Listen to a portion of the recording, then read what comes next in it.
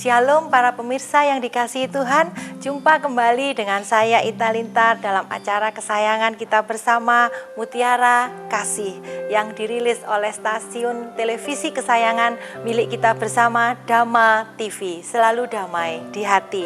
Saudara yang kekasih, sebelum saya akan mulai sharing sedikit dari kebenaran firman Tuhan hari ini, mari sama-sama saya mengundang Bapak Ibu pemirsa yang dikasihi Tuhan, kita menyatukan hati. Kita minta tuntunan Roh Kudus agar firman yang ditaburkan hari ini bisa menjadi sumber kekuatan yang baru bagi kita semua. Terima kasih ya Bapa, terima kasih. Sungguh kami bersyukur dan bangga memiliki Bapa seperti Engkau. Sekalipun kami anak-anak-Mu kadangkala tidak setia, kadangkala anak-anak-Mu tidak mengingat akan kebaikan-kebaikan-Mu ya Bapa, tapi Engkau adalah Bapa yang tetap mengasihi kami, Bapa yang tetap mempercayai kami, bahkan Engkau Bapa yang tetap menggenggam tangan kami dengan penuh kasih. Terima kasih ya Bapa. Roh Kudus, sebentar kami akan menyampaikan firman Tuhan. Berkati kami, urapi kami sehingga Roh Kudus mampu memberikan satu urapan yang baru bagi para pemirsa yang ada di rumah. Terima kasih ya Bapa, di dalam nama Tuhan Yesus Kristus. Haleluya. Amin. Saudara yang kekasih, tema hari ini akan saya beri tema yaitu selalu ucapkan syukur.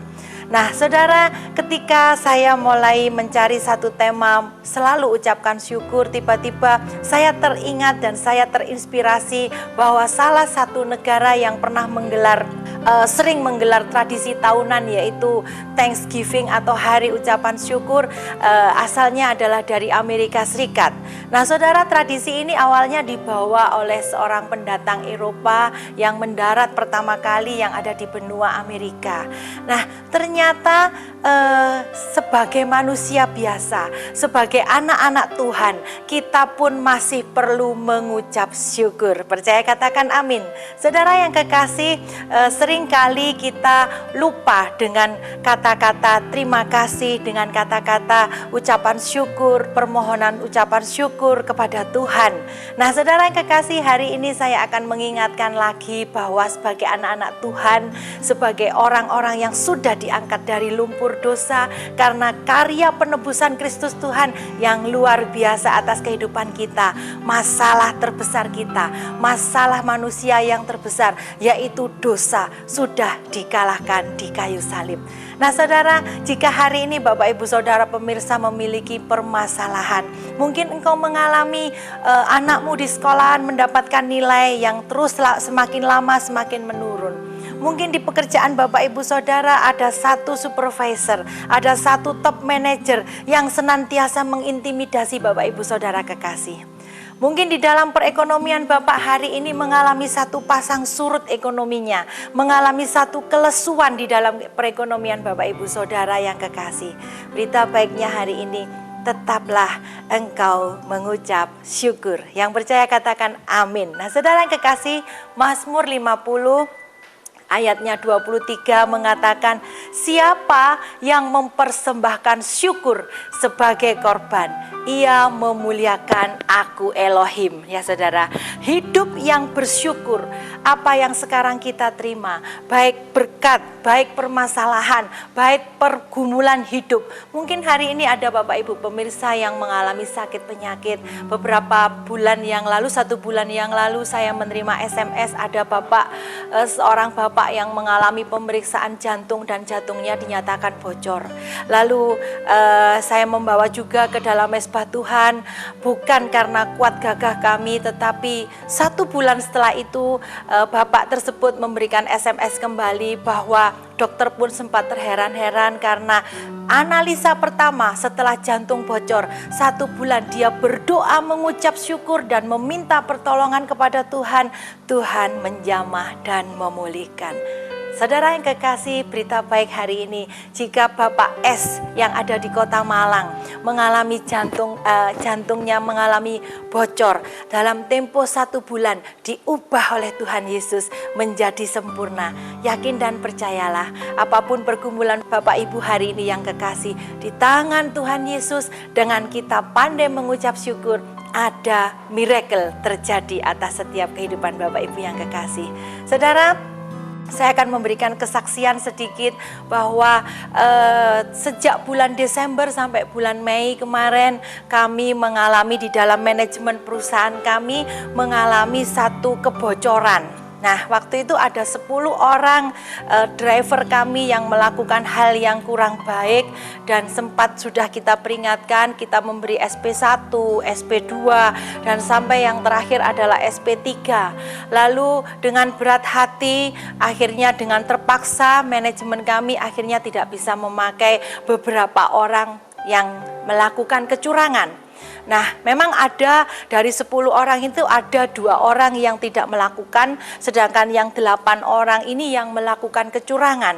Nah, ketika kami mengetahui bahwa karyawan kami berlaku curang, kami pun sempat syok, sempat miris, hati kami terasa perih gitu ya. Kok bisa sampai terjadi seperti ini Tuhan? Tetapi ketika kami terkejut, syok, melakukan, Tuhan kok bisa ya sampai seperti ini, kami pun merubah kata-kata itu. Tapi terima kasih Tuhan, terima kasih Yesus, karena Engkau masih memberikan kami hikmat, Engkau masih memberikan kami kepekaan, sehingga kecurangan yang dilakukan Desember sampai Mei ini berhenti, stop di awal Mei dan tidak bisa dilanjutkan lagi. Nah saudara yang kekasih, Tuhan pasti ingin membuat kita semua, anak-anaknya, lebih pandai. Percaya katakan amin. Saudara, status kita dari umat berdosa diangkat menjadi anak. Nah saudara, ketika kita menjadi anak, bukan berarti kita harus menikmati kasih sayang terus menerus. Bukan berarti kita tidak akan menerima didikan dan ajaran dari orang tua, dari parents. Tetapi kita pun tetap menerima didikan. Nah saudara, hari ini yang ingin saya sampaikan adalah ketika kita menerima fakta, menerima kenyataan bahwa ada kecurangan-kecurangan yang dilakukan oleh oknum-oknum di bawah garis manajemen kita, saya pun pandai berusaha untuk menyenangkan Tuhan dengan pandai-pandai mengucap syukur. Saudara yang kekasih, berita baiknya hari ini mungkin Bapak Ibu Saudara pemirsa mengalami pergumulan hidup. Kami menghimbau dari program Mutiara Kasih ini bahwa Yesus menyediakan janji-janji bagi setiap anak-anak yang senantiasa berharap, bagi setiap orang yang mengandalkan Tuhan, bagi setiap orang yang memberikan syukurnya hanya kepada Elohim Yesus Kristus. Saudara, 1 Tesalonika 5 ayat 18 mengatakan, mengucap syukurlah dalam segala hal. Firman Tuhan mengatakan mengucap syukurlah dalam segala hal. Sebab itulah yang dikehendaki Elohim dalam Kristus Yesus bagi kamu. Artinya bukan hanya ketika kita mengucap syukur, ketika kita mendapatkan gift, ketika kita mendapatkan satu pemberian, ketika kita mendapatkan kenaikan pangkat, ketika kita mendapatkan satu jabatan yang lebih oke. Bukan saudara yang kekasih, artinya segala hal, meskipun kita ada di dalam pergumulan hidup, ada di dalam satu keadaan yang tidak mengenakan, tetapi firman Tuhan mengatakan mengucap syukurlah. Saudara yang kekasih, hari ini meskipun saya merasa ada kecurangan, ada tindakan kriminalitas dari beberapa karyawan, tetapi saya pun merubah kata-kata saya. Loh Tuhan, kok bisa ya Tuhan sampai terjadi seperti itu? Koma, ketika saya mengatakan seperti itu, saya tidak mau titik, saya koma kepada Tuhan, lalu tapi terima kasih ya Tuhan, Engkau sudah membukakan semua kecurangan-kecurangan yang dilakoni oleh beberapa orang di dalam manajemen kami. Haleluya. Saudara, firman Tuhan senantiasa mengajak kita untuk bersyukur di dalam kondisi apapun. Nah saudara, saya akan mengambil satu contoh di dalam Lukas 17 ayatnya yang ke-11. Di situ ada firman Tuhan mengatakan bahwa ada 10 orang yang kena penyakit kusta. Beberapa waktu yang lalu saya pernah membawakan bahwa ketika seseorang ini dinyatakan terkena penyakit kusta, di mana pada zaman itu penyakit kusta itu adalah satu penyakit yang identik dengan penyakit kutukan. Nah, dan penyakit kusta ini penyebarannya adalah melalui paru-paru. Jadi ketika kita tinggal hidup berdekatan dengan orang yang kena penyakit kusta, secara kita hirup melalui hidung dan masuk ke dalam paru-paru, maka itu akan cepat sekali menularnya. Sehingga pada zaman itu orang-orang yang disinyalir kena penyakit kusta harus tinggal di luar dari perkotaan atau tinggal di pinggiran, dan dia harus menggunakan jubah untuk menutupi tubuhnya, untuk menutupi semua mukanya. Lalu ketika orang kusta ini ingin membeli perlengkapan, membeli satu kebutuhan untuk dia untuk terus hidup, ketika dia bertemu dengan orang, berpapasan dengan orang, maka orang yang terkena penyakit kusta ini harus berteriak najis, najis gitu ya, supaya itu memberi kode bahwa orang yang ada di depannya bahwa engkau jangan dekat-dekat dengan aku karena aku terkena penyakit kusta dan ini bisa menular. Nah saudara yang kekasih, 10 orang ini mengadakan perjalanan, lalu di tengah jalan dia bertemu dengan satu pribadi yang bernama Yesus. Nah saudara tentu sudah mengerti dan sudah hafal kisahnya bahwa ketika bertemu Yesus, lalu orang ini minta disembuhkan dan jatuhlah belas kasih Yesus. Singkat cerita, Yesus memberi kesembuhan. Tetapi ketika 10 orang kusta ini disembuhkan, kita lihat berapa orang yang kembali. Ayat 11-13 dikatakan ke-10 orang kusta tersebut berseru dari jauh dan memohon belas kasihan dari Yesus. Mereka sadar akan kondisi kusta mereka yang secara hukum tidak mengizinkan mereka untuk berinteraksi secara normal tentunya dengan orang lain. Nah saudara, tentunya mereka hidup hanya berdasarkan belas kasih daripada Yesus. Yang ke-14 dikatakan, pergilah, perlihatkanlah dirimu kepada imam-imam.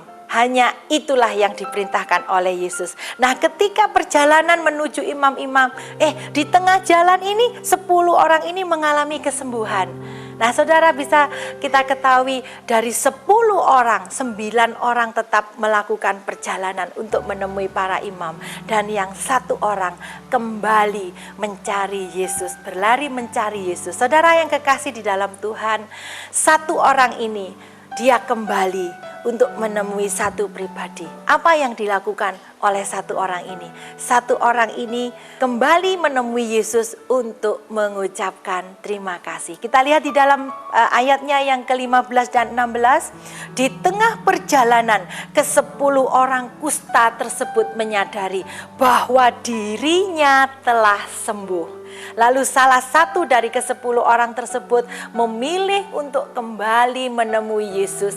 Lalu apa yang dilakukan? Mengungkapkan syukurnya. Amin. Ternyata selain kita pun perlu menjadi anak yang baik di hadapan Tuhan, kita pun perlu memberikan ucapan syukur kita kepada Bapa kita yang luar biasa, Tuhan Yesus Kristus. Percaya katakan amin.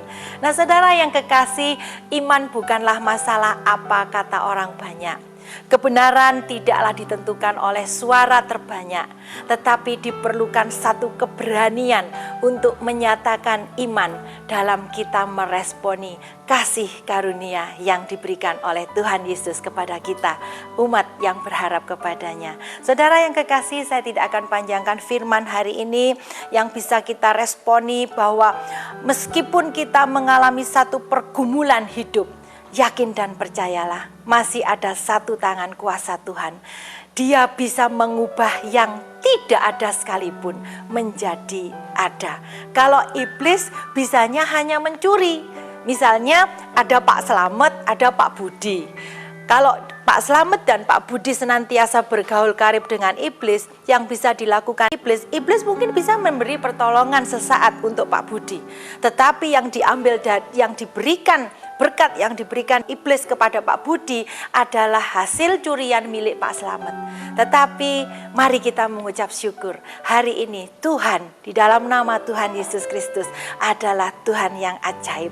Dia bisa memberikan yang tidak mungkin bagi dunia, mungkin bagi kita yang senantiasa berharap kepadanya.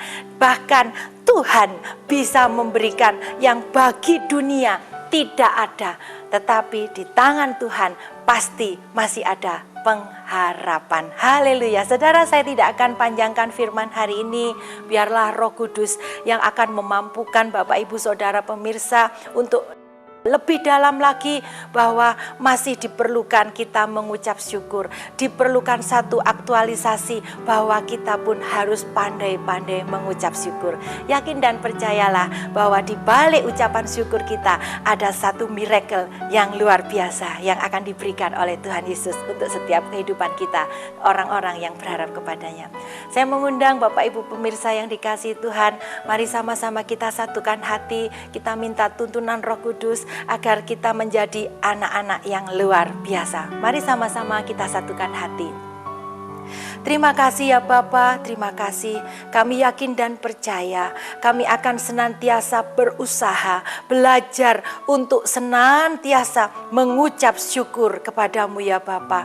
Sekalipun keadaan di depan kami mungkin jelek, sekalipun keadaan di depan kami mengecewakan, tetapi kami yakin dan percaya janjimu ya dan amin. Firman-Mu selalu berkata benar. Engkau bukanlah manusia yang lupa akan janjinya. Engkau adalah Tuhan Bapa yang luar biasa bagi kami. Tuhan Yesus, hari ini hamba mengucap syukur karena hampir 1 tahun lebih Dhamma TV mensupport pelayanan ini. Kami yakin dan percaya Engkau akan menambahkan satu manajemen yang luar biasa, tim kameramen yang senantiasa Engkau melindungi, memagari, Engkau membuat apapun yang dikerjakan oleh tim kameramen beserta tim manajemen menjadi berhasil di dalam nama Tuhan Yesus. Berdoa pula untuk para pemirsa televisi Dhamma TV yang hari ini menyaksikan. Ada beberapa orang istri yang mengalami luka batin,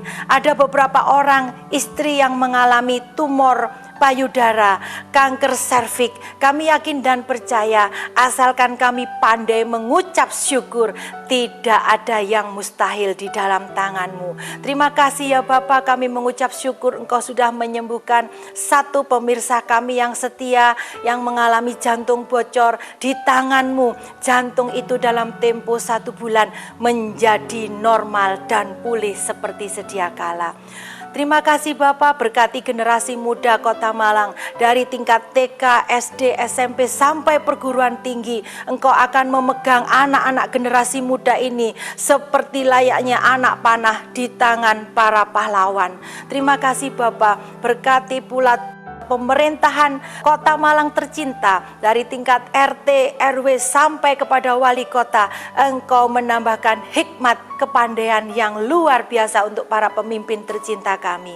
Berdoa pula untuk para hamba Tuhan senior, hamba Tuhan muda di Kota Malang, Kota Batu dan sekitarnya. Engkau menjamah mereka satu persatu, menilik hati mereka satu persatu, dan senantiasa memberikan pengharapan, minyak anggur yang baru. Terima kasih ya Bapa, terima kasih.